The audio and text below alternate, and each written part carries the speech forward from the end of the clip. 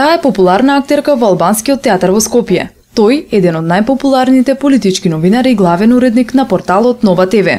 И двете професии се прилично динамични, со многу патување и отсуство од домот, побаруваат многу жртвување и оставаат малку слободно време за приватноста и семејните обврски. Како да се постигне сето тоа и на трите ќеркички да им се посвети должното родителско внимание и љубов? Во такви услови, посветеноста, почита и меѓусебното разбирање се подразбираат како клучни состојки за успешен и среќен семен живот.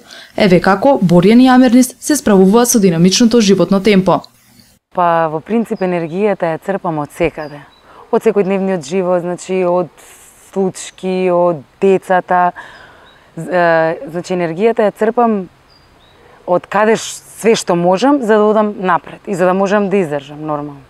Па веројатно од енергијата си доаѓа од страста и љубовта за работата која ја работам и јас, си работи Амернис. Тоа е, предпоставувам, голема предност да работиш нешто што го сакаш, што го работиш со љубов, што го работиш со страст. Тоа троши точно, но од друга страна по некој начин инспирира, дава енергија и стимулира, мотивира да се човек да оди напред. Покрај бракот, тие се поврзуваат и преку професиите. Борјан со уметноста преку музиката. Амернис често гостува во емисии и снима реклами за медиумите. Иако некогаш се случува за работата да се дискутира и во семејството. Едно е сигурно, за политиката нема простор дома. Секако постојат и други тајни состојки за рецептот да биде успешен. Да кажам, мене тој рецепт стално ми е number one. Значи, никогаш не се занимавам со политика. Не ме интересира политика и луѓето околу мене сите знаат дека не нешто многу пратам политика, иако нели основните работи треба да се знаат ради култура. Иначе овака воопшто не. Значи игнор на све става. И мислам дека генерално е глупо децата да се бомбардираат со тие теми дома. Заботата е да се избегне од таа инерција, тоа е една инерција која те држи постојано во еден филм кој често знае да забега многу лош. Инаку многу едноставно, децата не го бараат тоа, ти само треба да се препуштиш на нивните желби кои се многу спонтани. И тогаш се е лесно. Со нив се слуша музика, со нив се, не знам, се играат игри. И само треба да им се препуштиш на нивните едноставно потреби и желби. И толку едноставно, ништо повеќе. Рецептот е само да им се предадеш нив и они ќе ти кажат, ќе те насочат каде. Нивните три деца се се уште во училишните клупи и самите се соочуваат со стереотипи, предрасуди и нетолеранција, кои виреат во секое општество, а за жал и во мултиетничка средина каква што е нашата. Честопати Амернис и Борјан вложуваат дополнителен напор за да ги отстранат овие појави и можните фрустрации и кај децата, но и кај луѓето со кои контактираат. Имало случка, скоро сега, да им речат шиптарче. И мислам, јас бев спремна на тоа, и ја и Борјан, значи сме спремни за таков чекор и полека со разговор да ги елиминираме. Моето дето, бидејќи не прави разлика што е албанче, што е македонче, што е ромче, пошто ние не правиме такви разлики, ја на родителите на тие деца, значи што го употребиле тоа зборче, значи сум разговарала со нив, за да они разговараат со своите деца, за да они им го расшират видикот на своите деца.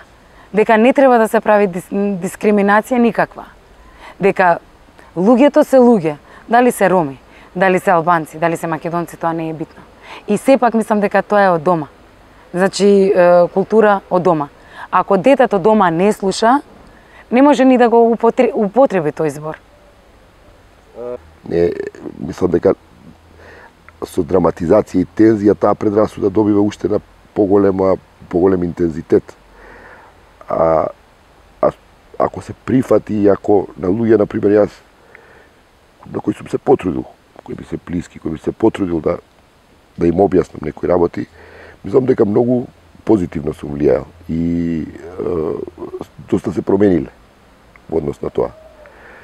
Така што треба работа. Но како што, пак ќе речем, како што Бора и Каја треба да бараат толерантност со другите, така и они треба да ја покажат. Веројатно тоа е пат Овие дечиња од најрана возраст учат да ги почитуваат другите, иако се уште многу мали за да ја разберат средината во која живеат. Нивните родители сметаат дека иако сме општество на различности, честопати луѓето не се свесни за тоа. Освен во домот, почитувањето на различностите бара многу работа со децата и во образовниот процес. Да речеме, на првата кукла на Бора што ја купивме беше црнкиња.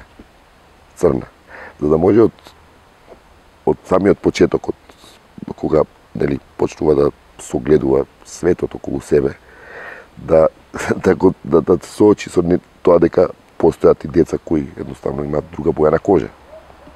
И после од тоа се си доаѓа само по себе.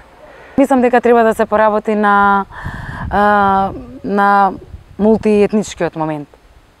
Албанци, македонци, турци, роми, да не се делат децата, да ги гледаат исто, значи да бидат запознаени сите деца и првенствено прво наставниците, нели, да бидат запознаени со другата култура, па тек после они да своето искуство да го пренесат на децата. Со различноста треба да се соочиме, не треба да ја експонираме, не да ја прикриваме и да бегаме од неја. А ја мислам дека образовниот систем уште живее во таа една политички креирана реалност која не се совпаѓа со она што го имаме како реалност во ово општество во кое живееме. Ова петчлено семејство изнаоѓа начини да ги задржи дневната политика и разните подоби во општеството надвор од својот дом. Резултатот е видлив. Има ли нешто поскапоцено од овие прегратки?